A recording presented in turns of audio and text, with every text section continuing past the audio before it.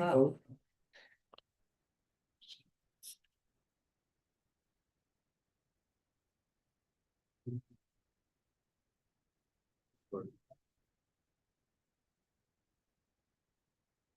All right, I think we're all set. I'm gonna promote John here. He had a work meeting that was Going gonna be on close. to it. I said, John, you know, that is your paying job. This is your volunteer job. Never how committed he is. I know. For sure. What do I do with the agenda? Hey guys, can you hear me? Paying job. Am I a giant head on the screen? No. A reasonable size head. Can you? It's kind of going in and out a little bit. We had the issue with Corey the other day too. All right. So,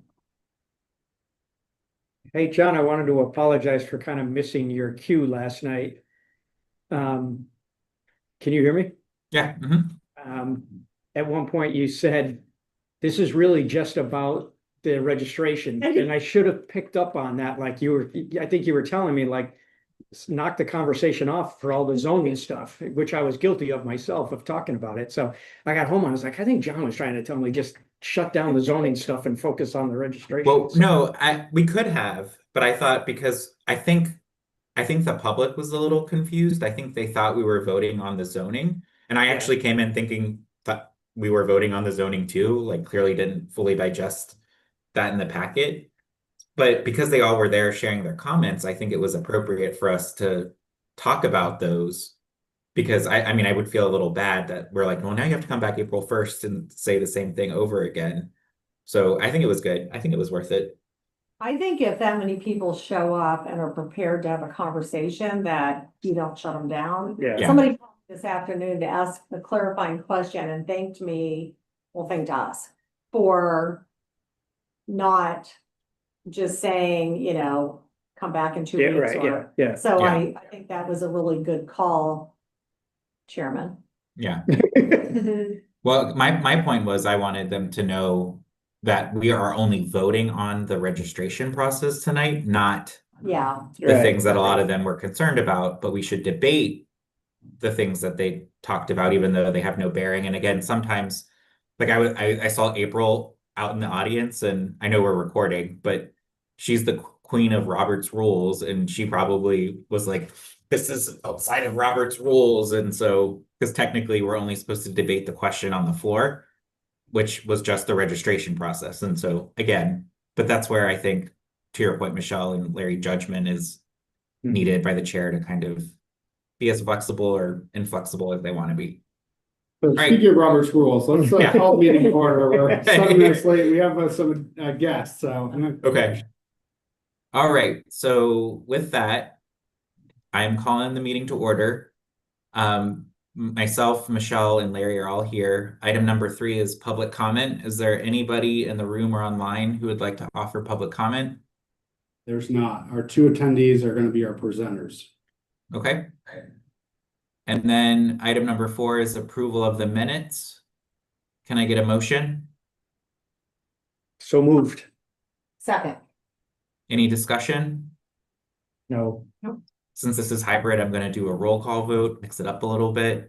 So Michelle, Here, yes or no for minutes? yes.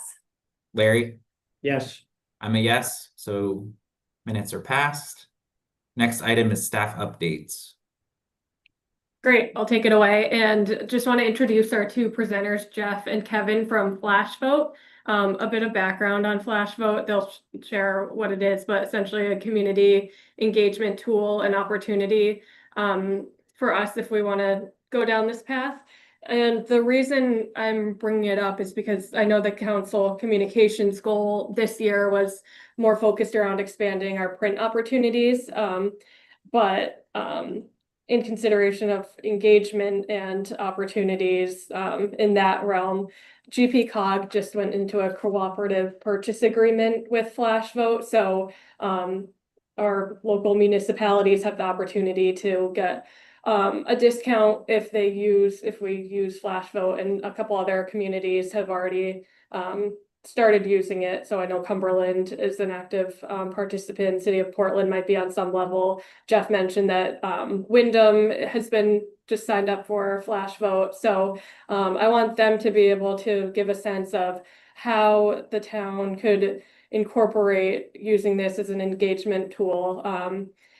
Now that we've done 3 townwide community surveys, and that's been like the full mailing it out and getting a wide reach, this is a way to poll the community and get a sense in a statistically valid format on topic-based questions rather than doing this full expansive survey on resident satisfaction and service satisfaction. So it's a bit more of a targeted approach and something that can be done throughout the year and to help ultimately inform council decisions. But with that, I'll let them give a brief background and demo of what FlashVote is.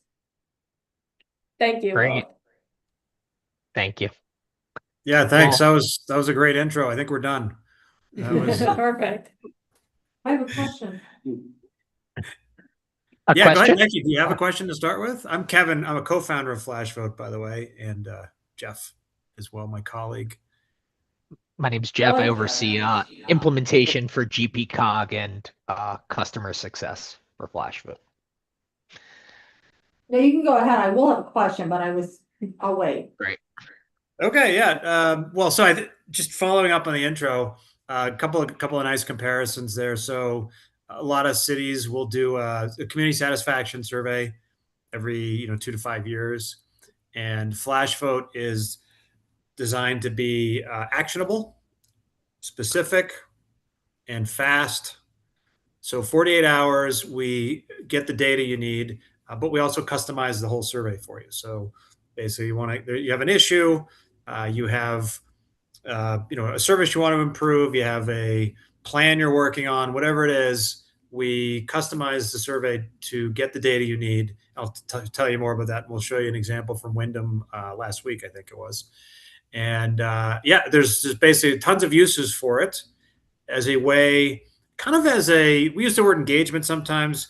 Engagement is really more about getting input from people that are interested in the topic, as I'll show you, as opposed to getting input from people who are not especially interested in the topic. And that's another way to think about what makes a survey scientific. If you can get a sample of people not interested in the topic, not especially interested in the topic, just regular people, then you can use a very small sample of them to get a good estimate of what the whole community thinks, because the people you're hearing from look like the people you're not hearing from. That's like statistics in one sentence. Does that make sense? And you Cool. have there's a video example that I like that you've done where it's like asking the community what type of toppings you want in your pizza. And depending on who you ask, you might get a skewed result of like everyone wants pepperoni, but that might not be representative of the whole community.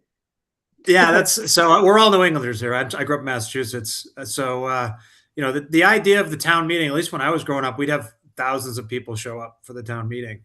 And compared to the 5 or 10 people who might be, to use the pizza analogy, if we all pitch in $5 for pizza, or my 15,000 person community, or yours more 20-ish, I think, right? And your job is to order the pizza toppings. We pick some people. We maybe even have an election. We get some people, and they say, "Hey, we're going to have a meeting." Well, I mean, the anchovy people show up at the meeting, and there's 9 of them there, and there's only 10 people at the meeting, and all of a sudden you're ordering anchovy pizza for everybody, or for 95% of people or something, right? That's obviously bad and wrong. And so, yeah, we go through a bunch of that in the video, because you go, wait a minute, that's obviously a bad idea when you think of it in that context. And so, yeah, the answer is ideally you'd get everyone's order. But the next best thing we do is get a scientific sample of people. And now we can say, oh, you know what? Anchovies is actually only 5%. It's not 95%. And we can show you some examples where we're actually we're able to capture the scientific sample as the same time that we are getting the unscientific sample. And there's a huge difference, actually. So by the way, just I don't know how much time you have us on for, whether it's 10 minutes, 5 minutes, 15, whatever, but let us know. So we want to be respectful of your time. Okay, it's about 10 minutes. 10 minutes? Okay, perfect. I'll just give you a real quick intro then. Besides, any other questions while I'm just pulling up a couple of slides here? How long does the average, engagement take? So you send out, a flash vote.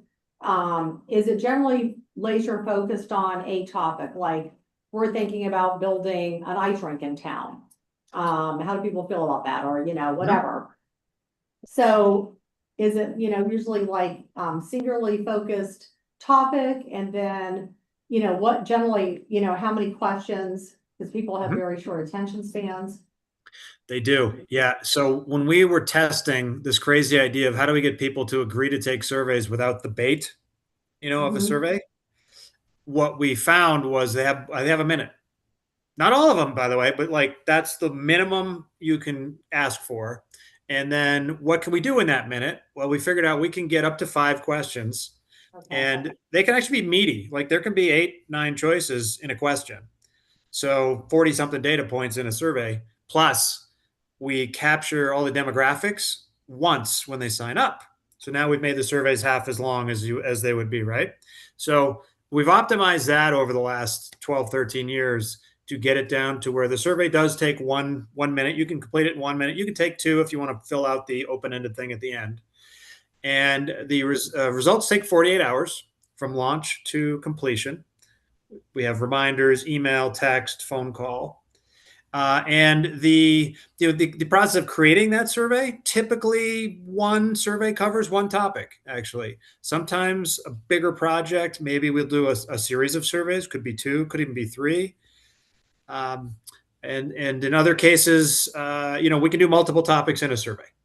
But when you think about a decision, we want to make sure we zoom out and then zoom in, give you all the information you need. What's going on out there, what are the concerns, benefits, and then get to that decision if you want to use it that way. We generally don't go right to like something like, hey, are you for or against backyard chickens? That's not meaningful. Like what does that mean? What are we talking about? So you kind of want to get the decision data that supports the decision as opposed to putting out kind of the uninformed question. Hopefully that kind of covers the spectrum of your questions. Yeah, great. And real quick, then I'll just give you an intro and then show you some examples. But please jump in. Questions are great too. Yeah, and if I could chime in here for a second too. So the surveys really only need to be open for that period of 48 hours because we do the work ahead of time of having folks sign up for the panel.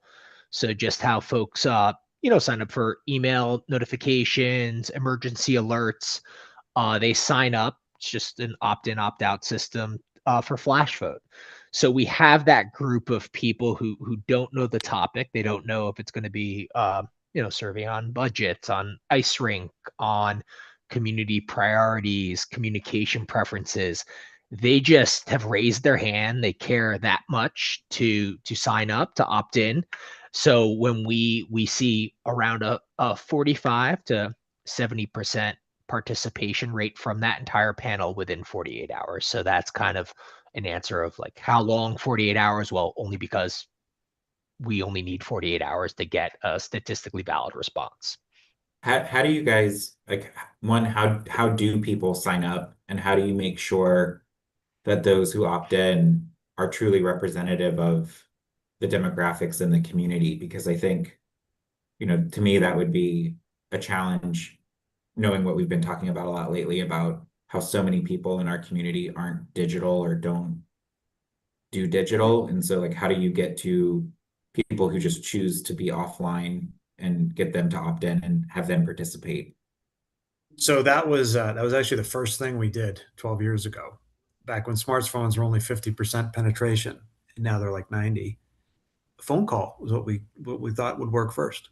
simple phone call, answer a few questions, and then you're good. We then added, we actually learned that there was a pretty small number even then. The target, our concern then was the older folks. And it turned out that the two things of basically their interest level is higher than younger people. Their tech savvy is lower, but it wasn't that much lower because they're communicating with kids and grandkids actually. Yeah. And then it turns out that the interest is really the mover. So we often people say, well, how are we going to get the old people? And what I'll tell now is they're the easiest to get actually. And we have data on this. So it's the more of the younger folks. But we try to be inclusive is the rule across the board. So you want to eliminate the barriers, whether it's time, effort, or technology. And so you can't make people join, right? But you can say, hey, join however you want. So when the messaging goes out, there's the digital have with an email. We have the proven messaging that we've developed. And then also anything print, there's a phone number. So they can call and sign up. We'll sign them up over the phone, actually, in those cases. Text only or phone only. Yeah, during implementation, we provide a bunch of co-branded literature, videos, postcards, one-page kind of PDF to print out. So we supply you with all of that. We call it panel promotion collateral, and then as well coach you through using your existing communication channels, and then a bunch of other various options as well. Yep. Yeah, in fact, just for time, I might even skip the slides, but I'll just ask you guys one question because this really kind of ties everything together, which is if you're going to imagine you're a community out there and then compare that to what you hear, who you hear from. Do you have any guess as to how often the input that you get from meetings, email, social media, online surveys, all that stuff is a good representation for what the whole community thinks? You think it's like the same side, same amount? Throw out a guess, anyone. Percentage, high, low, whatever. Low. Low. Anyone else? I would say low, but dependent on the topic Oh, as yeah. well. There's certain things that bring out Yeah. the interest. And then you get maybe, and it goes both ways. Sometimes you get a great cross section of opinions, and sometimes you're overwhelmed by one side of the advocacy one way or the other. Yeah. Yep. One thing we did recently, where again, this would have been a good use case for this, we just did our massive townwide survey, and we added a question at the very end about dogs on the beach because it was becoming a bigger issue in our community. Oh boy. And so the concern was, we're only hearing from certain people, either those really for or really against something. But we wanted to hear from really the silent majority and see what they really thought. And it was a risk because we didn't know where it was going to go. But what we saw in those results was most people said things were fine, don't change anything, which is what kind of our hypothesis was, but we couldn't prove it with data. But then we got that. And so if that's what this is, where it allows us to more, because the survey mechanism we used really wasn't the right platform to do that. We kind of had the opportunity, so we put it in there. And so I think that's the really interesting stuff that we could do to pulse the community more to inform policy, where, again, we're going to hear from certain people who are engaged, involved, maybe those that are more impacted, but to be able to pulse the general community and really understand what's the general pulse as we make a decision would be helpful, because it's usually the outliers to some extent who tend to take the time to show up and do something. Not That's trying to say exactly their right. opinions don't matter, but just saying that we don't know. It's hard to say. I hear a lot of times people say, well, residents want this and residents want that. And I'm like, I really don't know. I know who I talk to and what they want, but I also know that they don't represent everybody. But our job is to try and represent everybody. So the more we can get a better sense of the pulse of everybody, I think would be helpful. Yeah, that was so perfect. That's exactly what we do, right? So instead of just the edges, and maybe one's more well organized and one's not, or especially on a hot topic, as was mentioned. So the hotter the topic, the worse that percentage gets. We've seen, but in our when we compared the data from our first 300 surveys, about 5% of the time it was a match. So that means same side and amount. about 25% of the time you had a small group that felt a lot bigger, but not to be a majority, not to be the other side. And about 70% of the time, the input sentiment was the opposite of what the community wanted, right? So, hey, we got to change this. Actually, things are fine. In the example you gave, we see that a lot of the time. Actually, very rarely is it actually backed up by the broader community sentiment. So, yeah, that's exactly what Flash Vote was created to do. Call it serve the many, not just the noisy, is the idea. And it's been a powerful transformational tool for governments to have. Would you guys like to see an example of that? Actually, the difference, or maybe the Wyndham survey. So Wyndham just has one of these hot topics on a middle school building that they are looking to acquire and potentially move offices and rec facilities to. I'm losing video. You guys hear me okay? I can hear you okay. I can hear you. Okay, good. Yeah. Yeah. Any, would that be helpful to jump into next? You want to see a real example? I think that would be good to make it real. Yeah. Sure. Okay. Great. Let me show you that. Take the screen again.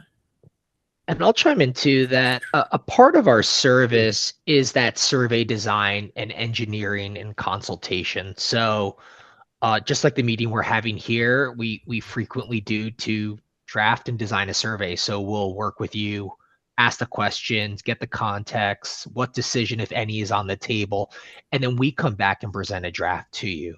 So with Flash Vote, we become your survey designers and experts making sure it's running through. We do 23, quality control checks, bias, leading questions, making sure that all the data sets do actually give you actionable data. And then the technology part of us is how the panel is managed and how folks receive the surveys. And then the surveys are launched through our technology, and then everybody gets the results back at the end of that 48 hours, which we didn't mention. So when the survey closes, everybody who participated within the survey will immediately get the results. So what you see, what we see, what the community sees is the same dashboard here that I think Kevin's going to show you in a little bit, which is completely interactive, slice and dice the data. So that's another key part of this is you wouldn't need to be drafting, a dog on the beach survey. You'd be giving us the information and we would create it. Yeah, and actually, since you mentioned that you created that picture with words, I thought I'd show you our version of it. But this is who you usually hear from, and this side's usually about 2 to 4 times more motivated than this side, turns out. All right, so you can see my screen? Yes. Yep. Excellent. All right. Yeah, and by the way, that the transparency on the results sharing is the number one thing that residents love. They love you for that. They're not used to doing something and then having that rapid feedback. So this is a results from a survey. March 14th is when it ended. And built into every survey is all that data. So every survey is like a dozen surveys in one. We can have the council areas. We can have gender. We can have age. All this stuff is built in, actually. The geography is optional, and you can add multiple ones if you'd like. And the locals only filter, because that was a question also, are they actually a resident? So we get an address on the sign-in process along with these other variables, and that can then be geocoded. And so we overlay and we know, okay, this is the feedback from someone who actually lives in Scarborough. And the difference there is, again, we're taking that inclusive approach. We can let people participate, but you want to make sure from a data perspective, from a decision perspective, you're able to filter down to what's going to be useful. And those filters are actually all pretty useful in telling a story. So in this case, this is a custom survey for their middle school building. We started with a usage question about how often have you visited the rec department, library, social services, or offices. From there, went into what's your reaction to potentially moving these things. So 1 through 5, there's overwhelming support. We can actually look at it by Q1 and so on. And then which of the offices would you most want to see moved, or which of the things would you most want to see moved? In their case, they actually have 2 factions. One is don't spend any money, don't move anything. And the other one is move everything and put in a competitive style pool, right? I mean, that's the spectrum. Slide about 7 different things we're working on. Yeah, exactly. You're seeing it, right? Like this is, yeah. So in this case, we took it kind of head on. And this is the none of these, don't move anything, don't spend any money. But if you picture this as a distribution with this on top, which is how we usually do it. This one, they wanted to put a bunch of stuff in. So we did it a little differently. But you have zero basically, 11.8 million, 14.8 and 21. And you go from no pool, small pool to big pool. And the median falls right at that edge, actually, of no pool to a small pool. But what's really cool when you break down the full story here, say you look at something like age or gender, and what you're going to see, you see a pattern there?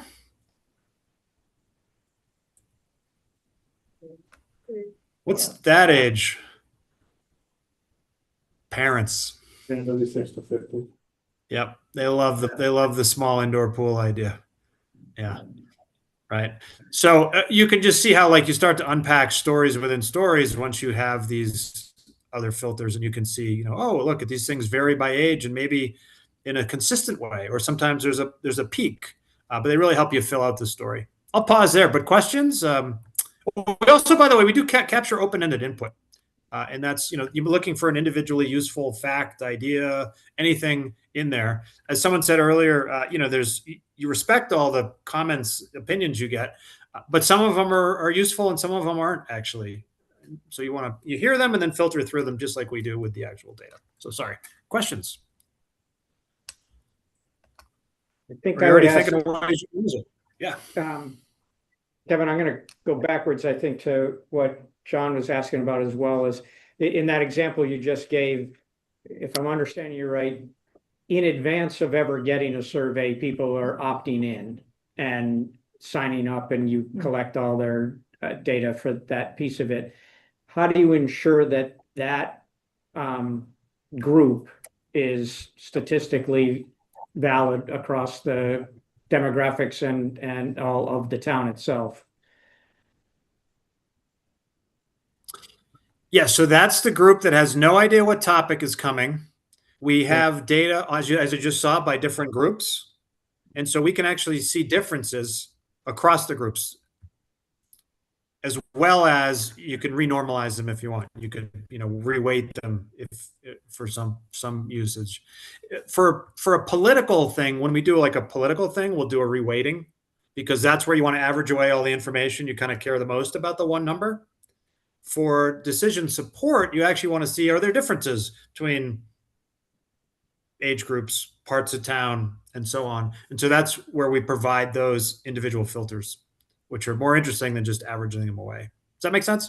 Kind of like Yeah, so it's not so much that you're trying to look at that demographic data of that pool of people and say, oh, we have too many old people, or exactly. You're not looking at it that way. You're looking at it as a tool to then break down the responses, and then you would say, oh, that skews older based on the total pool of responders. Yep, sure. That's exactly right. Yeah, so we want, again, inclusive. If more old people want to participate, and they do, then that's fine. But if we're looking to get to a whole number of for some reason, right, then we want to think about that exactly as you said. Oh, there's twice as many old people. We don't want to overcount the old people. We want to see the whole picture. Yeah, that's exactly right. So you guys would have the ability, like, again, because I think it's important that, one, we allow everybody to participate, but that we can draw a statistically valid conclusion from it to say that this is a statistically relevant view of our community. And so if we were to get that one answer that you referenced, are you guys doing something in the background where, like, if we have 2,000 people responding, but we need, you know, only 400 of this makeup to get a statistically valid sample, we can still get that result to know, like, what is like the the statistically valid approach, because I think that would be the piece I would want as a counselor, is to know, like, yes, I want to know what everybody thinks, and I'd love to slice and dice the data, but I also want to understand, like, what is the statistically valid result that we can draw some conclusions off of. Yeah. So, good question. Yeah. So that's actually we're actually rolling that out automatically now to people. The weighting itself, but it turns out there's like a bias towards thinking to the one number as opposed to the equitable way of thinking about the data, which is like, actually, what's more important is this part of town way below the services in this other part of town? So we do it when it's appropriate to the question right now, but we are rolling it out as filter options. So think of each filter as doing the work you just described. Like, okay, we want everyone to participate, but we actually, for this issue, we care about only residents, for example, right? Well, that's what the locals only filter is for.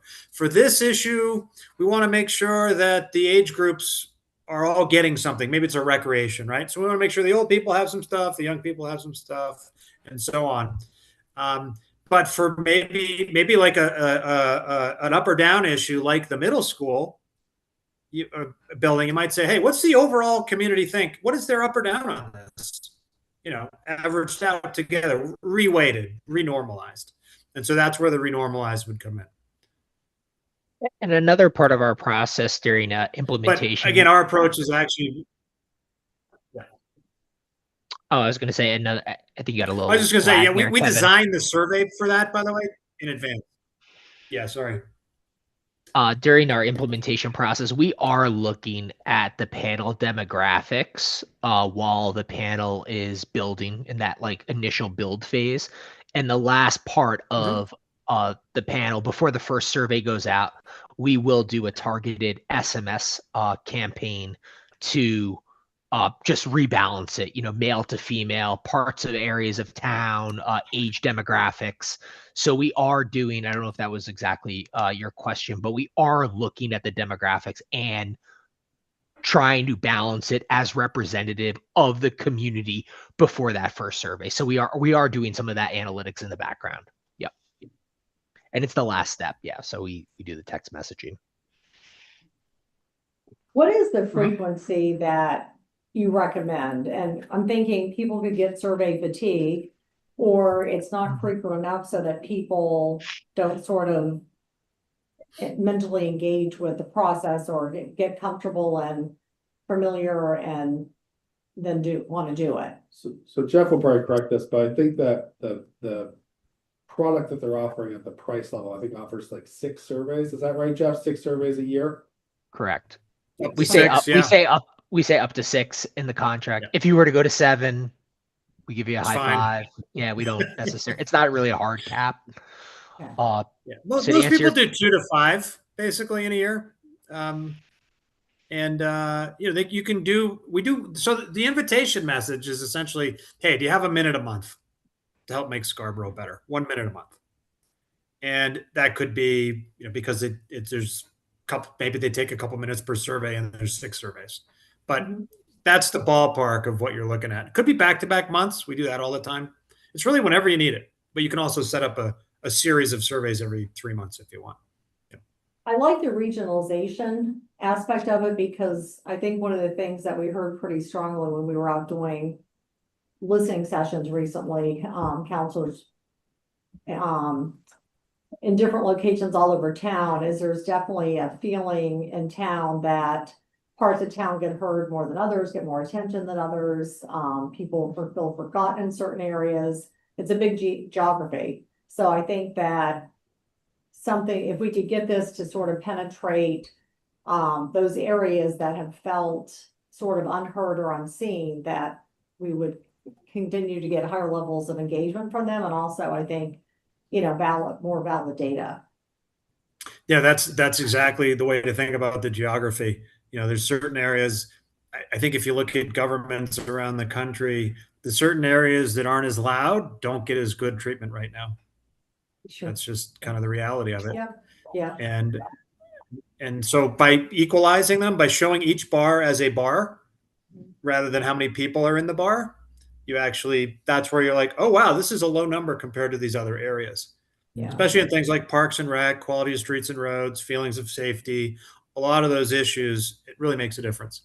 But we can also customize. So you could, by the way, if you want to start with like equal voting districts or something, that's a great overlay. We've also done things where we'll create a custom district for a custom survey. So a custom area. So for example, near a park or near a thing that you're working on and far from the thing. And then you can see that difference too. Like, oh, okay, yes, we hear and understand that these people are more excited or less excited about the project, but here's the whole community view also. Yeah. So that's like, I'm just thinking of different use cases, like the Scotto Hill Road issue we're dealing with right now. I think we're hearing a lot from people that live near the road, but if we had information from everybody away from the road and could understand the difference, because to me, that would be like, we're making a financial decision based on the entire community. But what we're hearing from, not surprisingly, are the people who use the road most, who are in one part of that's town. exactly it, right? We're spending everybody's money. Yeah. So speaking of money, Yeah. when it comes to this, is this like, is part of this covered in the GP cog dues, or is this a different additional service that we would be looking to do? I thought, Jeff, you mentioned you were with GP cog, so that's where I'm just curious. Oh no, sorry, I'm with Flash Vote. Oh, I thought someone said GP cog. Oh, This, I'm it's The a, contract is through GP cog, actually. Okay. Yeah. So the So it's a opportunity, discount, so but it's GP a cog did an additional service. RFP Yeah. for this kind of service. And then we offered a discount, negotiated with them, offered a discount to local area Yeah. towns. Okay. So easy to buy. You just have to say yes and buy it. But it's I think for you guys, it's under $10,000 a year. So less than the cost of one scientific survey. It was the idea when we set out to do this. Just a quick question. Do you see, you get that initial pool of responders? Do you see that the response drops off with time? You know, they've filled out 4 and then it starts to drift, and then you have to kind of recruit new responders or re-engage them? Yeah, so great question. 2 effects you'll see. One is over time, compared to the initial panel, you'll see people obviously move away, pass away, lose interest, change email addresses, all that stuff, right? So you'll see like a downwards on that core. And also, some people might find out about a survey, take it on a hot topic, and then sign up even afterwards. And then they realize they didn't want to do it. So you'll see 2 effects. One is like kind of a drifting down in the overall percentage that takes a survey until we do a cleanup based on the kind of metrics you mentioned, which we can do, every year or 2 or something. But you'll also see an increase over time in the number of people in the panel, because people will find out about it after you do a survey. You say, hey, check out the survey we just did. Don't miss the next one, with no topic. yeah, it's open And it's so open there's a enrollment. cycle where the panels grow over time.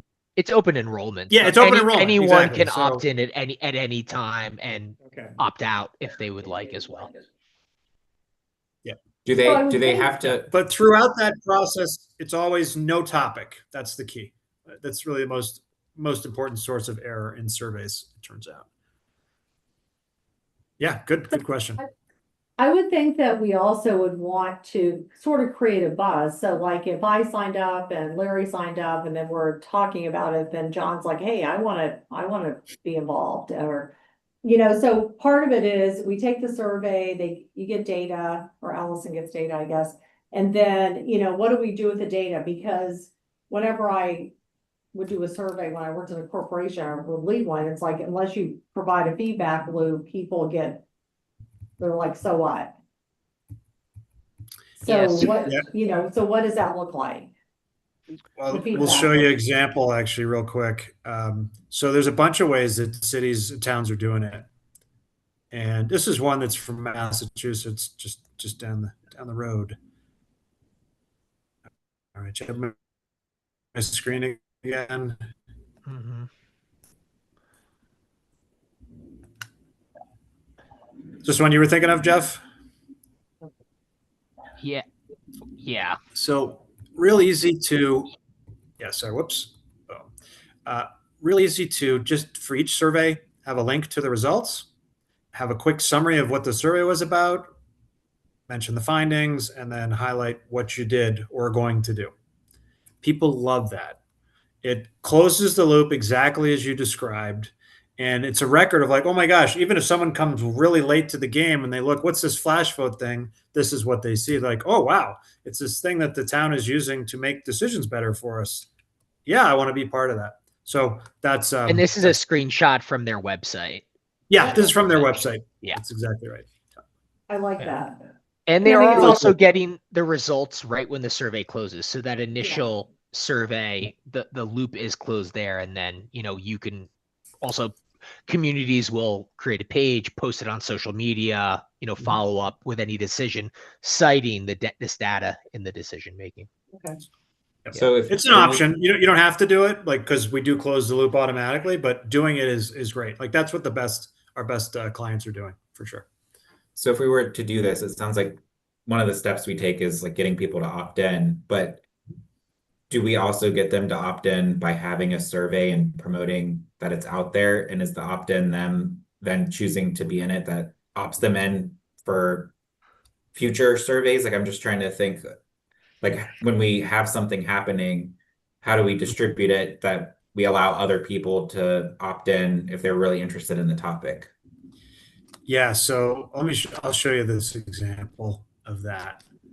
Yeah, and So John, it can be a really good way to grow.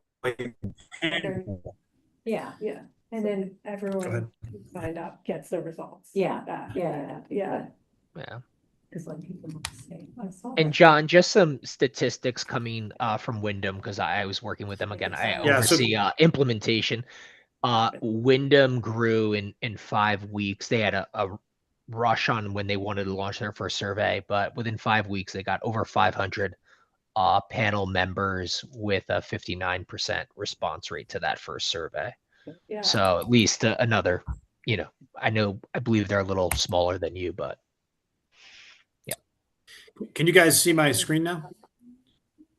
Yes. All right, so this is the most shared survey we've ever had. This was 342 people in the panel. 233 took it in 48 hours. But this is not a nice smooth curve here, as you may notice. So over 1,000 people took the survey in just 48 hours. And our bottom filter is called member panel, which will show the difference when this number is significant. A chunk of those people signed up after they took the survey, so they'll be in the next panel. But we sort them for a data perspective. And if you're wondering if there's a difference, here's your scientific sample on what's your experience with ice skating and hockey. 57% of people have not skated or played hockey in the last 12 months. Here's your experience without flash vote data.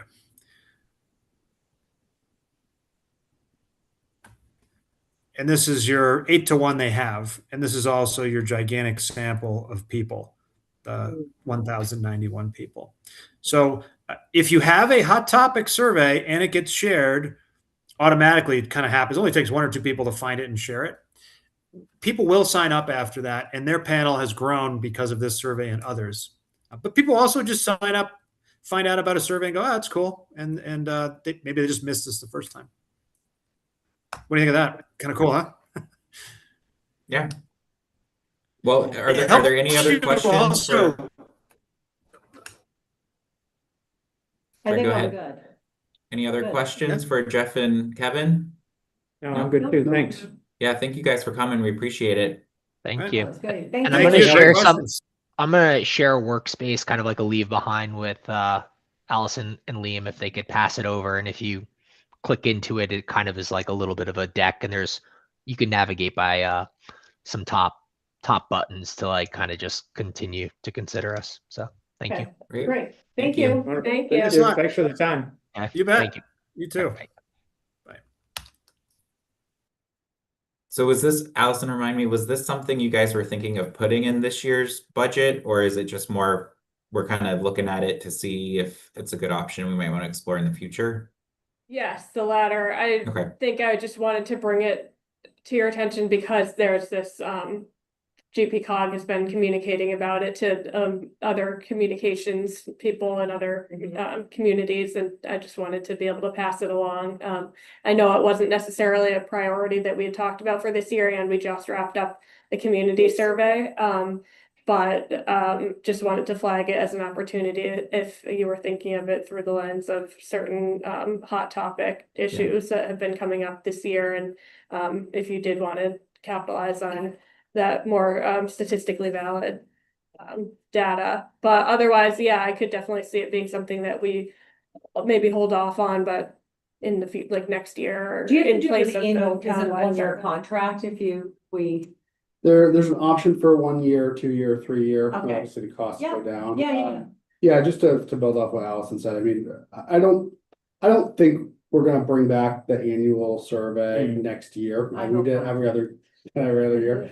I do think though, one of the larger challenges that the council has expressed over the last few years, again, particularly on these hot topics, is we do have some really passionate, engaged citizens. Mhm. The question I think inevitably is, well, what does the rest of the community think about it? Yeah. And this is Is that certainly an a accurate very viable representation? tool to get some good data Right, pretty quickly for the council to help kind of direct their path. And so I think it is really attractive in that regard. I think that, it is certainly an expense. Mhm. It's not inconsistent if we're paying for if we paid for a $20,000 community survey Yeah. every other year, 10,000 a year for this. Yeah. It's kind of right in line. Yeah. So yeah, to Allison's point, it's an opportunity that's been circulated by GPCOG. We want to Yeah. bring it to you for your thoughts, Yeah. but it's not I mean, necessarily a priority. I personally think it's great. I don't think we need to rush into it, but like I'm just thinking of this year with Dogs on the Beach, STRs, Scotto Hill. Like these are all really good examples where I feel like it would be helpful to have a more broader lens on what the community's thoughts are and some of the options that we've been talking about. So again, I see value in it. I would say, we have the survey from this year, so we still have some juice out of that we can squeeze for the near term, but maybe next year doing something like this. Not like early next year, but maybe like a year from now next year. Like it might be worth putting in next cycle's budget in lieu of the survey, which we typically do, which is more expensive to your point, Liam. So it wouldn't be, it's kind of on par with what we typically do because it was 20K, I think, every other year. And so I this also would be think people have survey fatigue. Mhm. I mean, even people that are positive and that fill it out, they're like, we feel like we've done the same thing several times and like the issues have stayed pretty consistent. Like, I hope we don't do that again.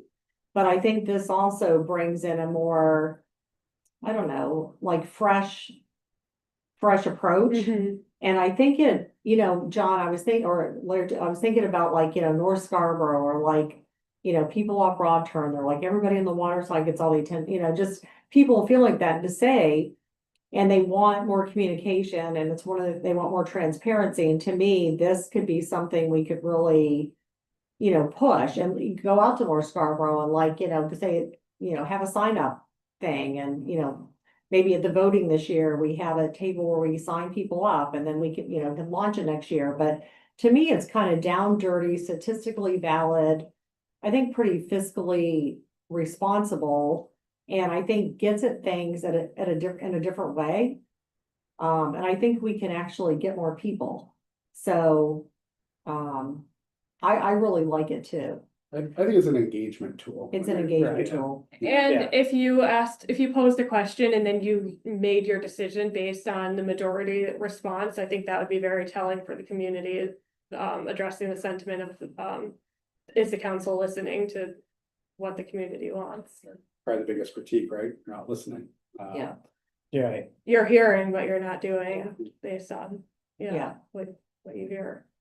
Yeah. Great. I don't know if I wouldn't consider it in this. I wouldn't do it right now, if money wasn't the object, I don't think maybe it's too soon after the other survey, but I do think there's a huge communication effort around this that has nothing to do with the software guys, but Right. we'd have to get the word out and really promote it Yeah.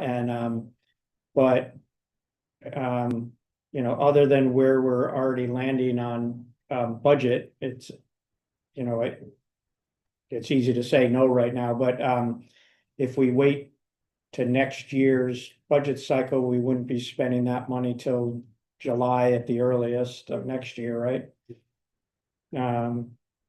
But is it a flat fee per year? And I know he said 2 to 5 surveys or something, but You know, you can look at the I details. have the document about it, yeah. and the discount isn't like huge, it's like 6% or something, Okay. from now to July, so. So we're not, it's- by not moving fast, we're not losing. Yeah. Yeah, I don't, it's I not mean, that yeah, I significant. Yeah. I don't think we're missing a huge opportunity. Yeah. at cost. But I do, you know, agree that we wouldn't be rolling anything out until July anyway. Right. I just think having this tool at your disposal, I mean, 6 times a year, and if their surveys are just a few minutes, Yeah, that seems like a really good, if you make use of it.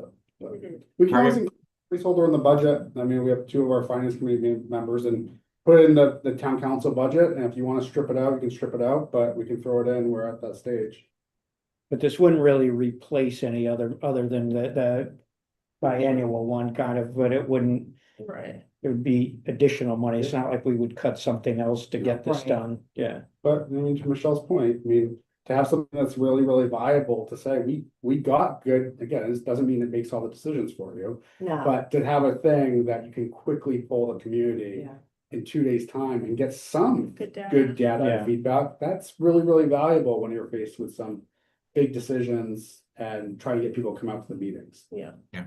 I mean, that's one of the things you heard, I think, last night in the council meeting around people who say, you know, my ability to tell you what I think about this initiative is sort of limited to me having to take time off work to yeah, come and voice that. And Yeah. so Mm. providing Mhm. another tool to get Yeah. that feedback absent writing a letter, or I think is. Well, I heard that loud and clear and I had a lot of empathy for that. I was also thinking about, you know, who has time to come to meetings. And, you know, my husband and I were talking about this a while ago that, you know, when our kids were in school and they have 12,000 activities and we were flying all over the place for work, like we had no idea what was going on. Right. And that's a good part of the town. And so if you think about like really busy parents being at, you know, an event, like if you can literally sit there at halftime and do something in like, you know, 3 minutes. Right. Then I'm probably gonna do it. Right. Versus, you know, I need to literally find a babysitter on Wednesday night and show up at a meeting for 3 hours, probably not gonna do it. Right.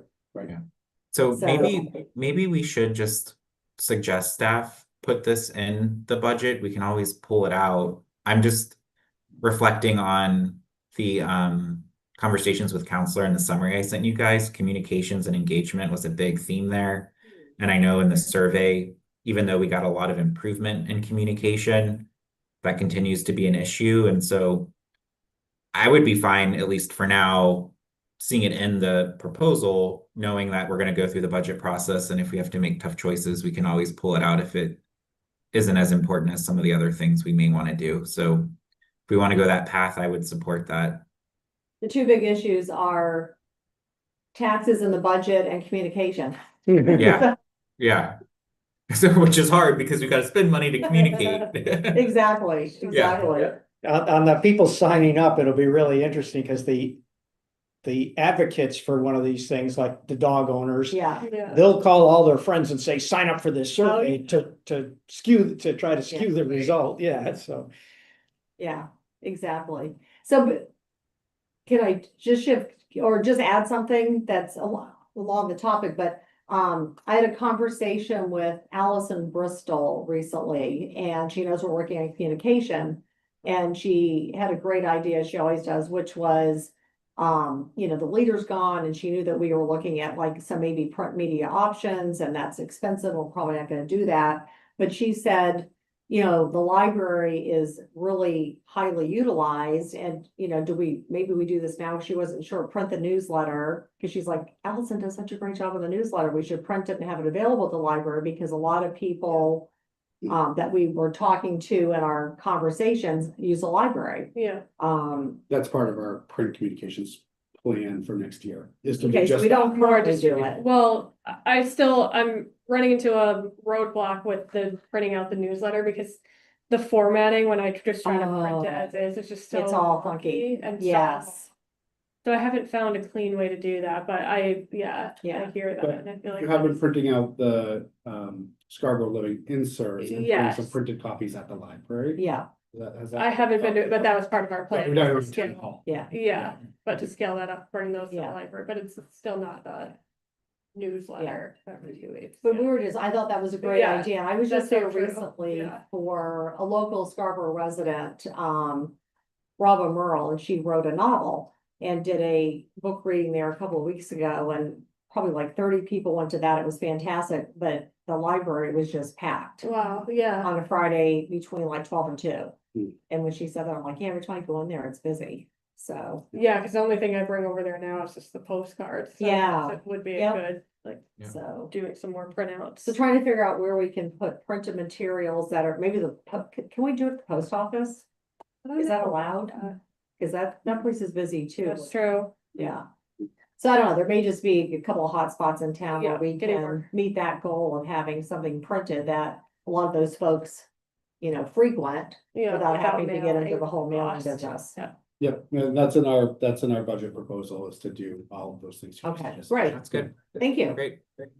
Good job All right. getting that done, Liam. Allison put it together, yeah. Yeah. So next item on the agenda is old business, conversation with counselors, summary and takeaways. So I did send you guys a summary that came from AI and Google from all of the work we did. So I read it and I thought it was fine. Like I thought it kind of summarized the stuff as best it could. This one was a little bit different because again, I think we had met with a lot of people prior to this. And so my thought was we would do the same thing we did last time where we can write like a small thank you article for participating, and in there Allison can link the summary that we want so people can click the link and see more details.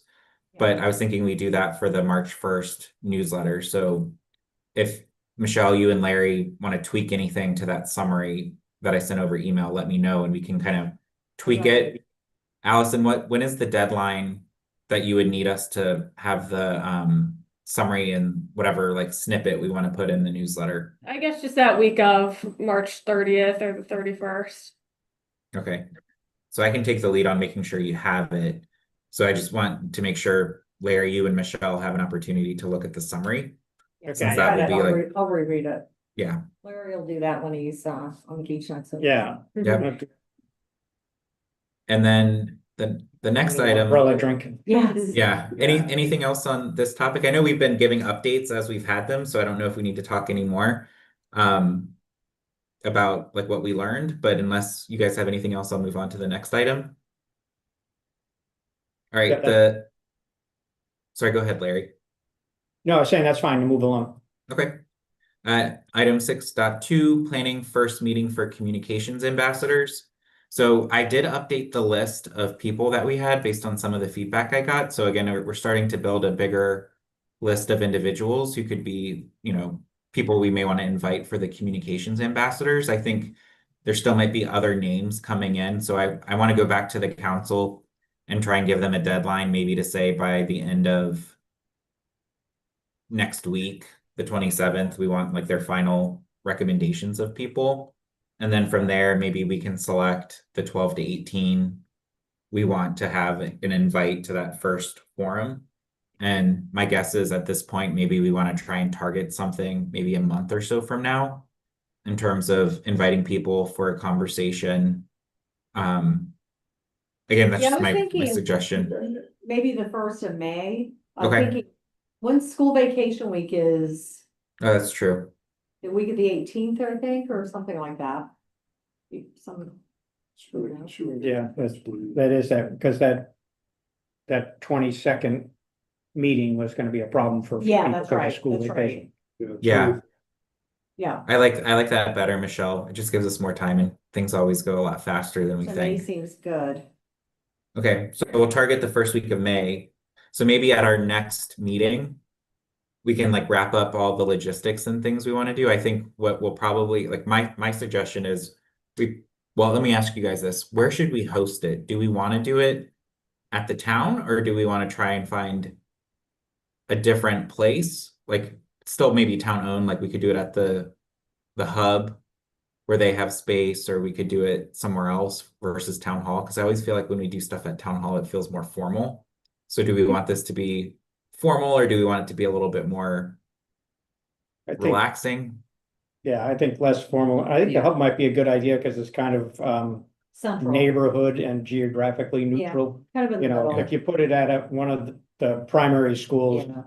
you know, Mm. at Pleasant Hill, it's Yeah. gonna feel like people, oh, Yeah. that's just the Pleasant Hill people, you know, I know it won't be, but. Yeah, But that hub's got a pretty good sized space there that we could put into a meeting area, right? Yeah, Front, yeah.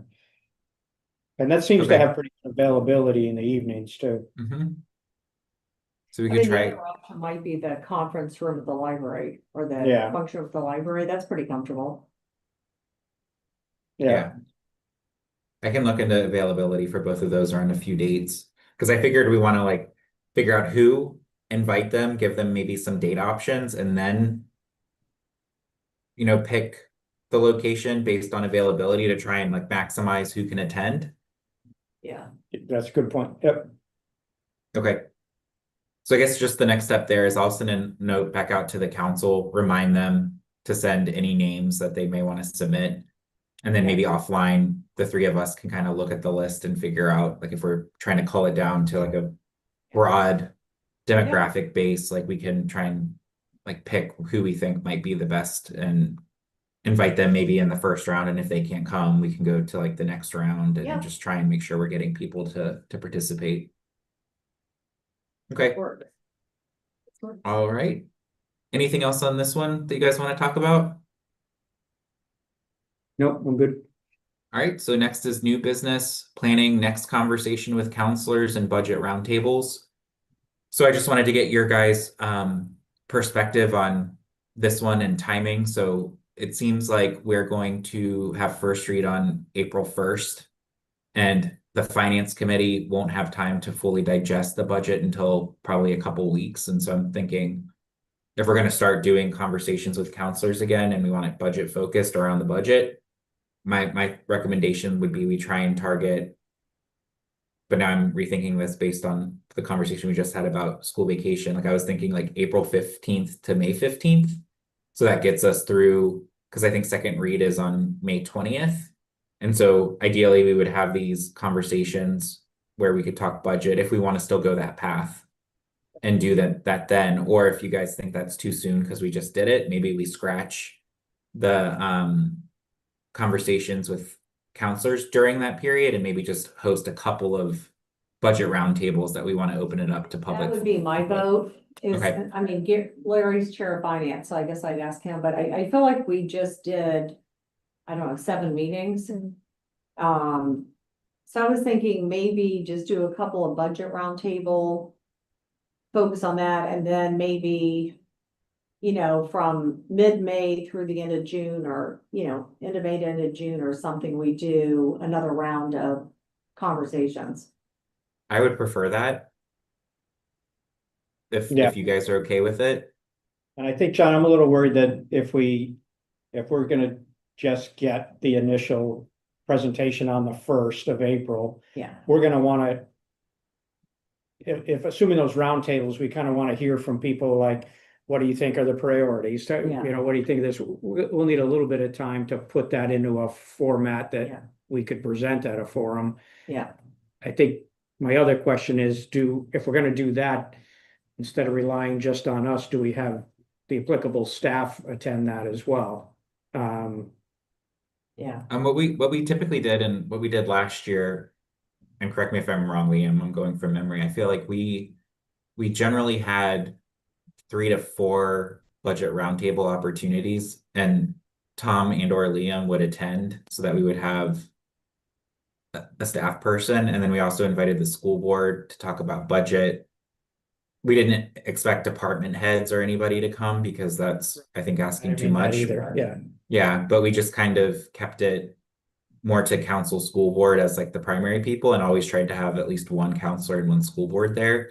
I would say last year we did not get very much attendance. Like we've got by comparison for conversations with counselors, we've been getting a lot more. And I think that partially has to do with us going to places as opposed to just hosting them in one spot. So I think if we were to do these, I would say like, let's get out of town hall and go, like still do it at the North Scarborough Fire Station, do one at Pine Point, or however we want to do it to like be a little bit more around town. I don't know, Liam, were you and Tom at all of them? I want to say you guys were. I think historically, because we really have tried to do budget roundtable discussions as almost as long, I think as long as I've been here. And it usually, that's the composition. It's usually a member of council, generally on the finance committee, a member from the BOE, and certainly assistant manager or town manager. And then sometimes I think someone from the school central office, whether that's Kate or Oh, Diane, or I think Yeah. they tried to, I don't know if they're there, everyone, but Yeah. you had it exactly right. I think Yeah. I went to one of those last year. I think Norm might have been at it. Maybe. yeah, Yeah, probably. and there was 3 people there, so if there's a different way to do it, so we're getting out there. It also was at 4 in the afternoon or something, and so that would be something to think That's about hard. too. Yeah. So are you guys comfortable if I look into like maybe 4 evenings or maybe like 3 evenings and 1 Saturday that we did, and it seemed like you guys got really good attendance at the Saturday one. So I wonder if that's something we want to, Yeah, Yeah, Yeah, we've done Yeah. Saturday ones. We also did Jeff, if you recall, a virtual one. yeah, And then there are other times when we tried to have it precede like a regularly scheduled meeting. So if like finance was at 6, you had our budget roundtable at 5 here, so you didn't have to. yeah. So those are other things we've done in the Yeah. past. We have them at the library in the meeting. Yeah. room. yeah. So if you guys Yeah, are okay with whatever that, works for you guys, whatever works best for big staff and just getting people there. So, and we would, I think we should maybe also wait till after that school vacation week for this as well. I do too. Because it'd give us a chance to dig into it a little Yeah. bit, have some opinions and maybe even some kind of decision points around, here's a proposal for this project. It's one of the things that we're really struggling with, whether we need to do this right now or Right. not. And Right, kind of, so you'd have some prompts to yeah, give to people specifically around actual budget items. yeah. I like doing it in May where we could, because we still have 19 days in May between May 1st and second read. So I think that's plenty of time for us to try and Yeah. get 4 of these scheduled and it also lines up well with the public hearing, which is really another opportunity for people to provide feedback on the budget. So I think that could work out well. Okay, so I'll look at the calendar, throw out some dates and see what sticks, and I'll get that back to you guys and we can hopefully work to get those planned. And then we'll plan for the remaining or the next our conversations with counselors to happen. cakes, John. I know, it's so hard. It's so hard. The stressful part was like, who's getting the cupcakes? Yeah, I know, right? Yeah. Though I will say I did miss the food this go around in the So second did one. people who, when we did the one at Pleasant Hill, there were people who showed up, you were there and they're like, oh, where are the I thought that would be cupcakes? Yeah. We Yeah. don't have any. Yeah. All right, great. So next item is future agenda items. Is there anything you guys want to add to future items for discussion? There's only, one thing I want to bring up. I'm on the Maine Community Foundation Board and we had a 2-day meeting last week. And one of the items that we were talking about, it's a statewide group, is balanced journalism. And just where are people getting news and, where do we want to put out news and all those kind of things. And we talked a lot about the free press, which Lisa, who used to be the CEO of the Portland Press Herald, whatever that news group is, she's actually working with Maine Community Foundation and a lot of organizations just trying to work on, balanced journalism. And I started talking to the person on a staff member that's part of Maine Community Foundation, who lives in Cape, just about our goal here and what we're trying to do and how any of the work like that the Free Press is doing, because they might be looking for like pilots and groups. And so I kind of said, here's our goal, here's what we've been doing, here's what we're looking at. And she might come back to me like within the next month and just say, here's some things that it's fully funded from like donors. And donors that are really interested in getting world journalism out there. And one of the goals and one of the reasons it's sort of happening is because pretty much everybody in the state has lost their local paper. And so everyone is sort of grappling with the same issue we are. But I told her I was very interested in opportunities that certainly come funded for us to consider and discuss here as a potential pilot. So I have no idea what that could look like, but it really is a hot topic. So it's Lisa DeSantis, that's probably, she's, I can't think of her last name, but she's been out doing a lot of interviews and just, you know, local panels and that type of thing. But she used to be the CEO of the whole newspaper group that the Portland Press Herald was the big piece of it. She's Yeah. very good. She's Seems very interesting. good. So. Yeah. Yeah, that might be a good item. Larry, anything from you? No, I guess I'm thinking that these things we're talking about are new items for the most part, you know, that that's got a lot of meat, I think, to trying to get that done over the next couple of months. Yep. Okay, all right. Yeah, I want to have something budget related again, just to make sure we're maintaining the right messaging around budget once that gets presented to and seeing the direction that it goes. Sounds good. That's actually is something to think about is the counselor corners over the next couple of months. Mine. I'm next. You're next. Yeah. Yeah, Yeah. What the topics are, like making a budget. yeah. I think you, me, and Karen, Larry are. Michelle is the next one, and then I think it's you, me, and Karen, so that I we just can. I know, but this is a special time of year. I know. I'm just kidding. Where finance committee Jonathan gets would to, too. finance committee gets to talk about budget since we're digging into it. So, but then we're back to a normal cycle where we don't have to do it as much. I'm just kidding. You can skip a turn like in the fall. You get a bye week. Yeah, Never mind. you'll get It's a like the budget. Patriots. What's that? Yeah. All right. Can I get a motion to adjourn? So moved. Second. All those in favor? Thanks, All John. right. Thank you guys. Have a good night. Thanks, John. Appreciate it.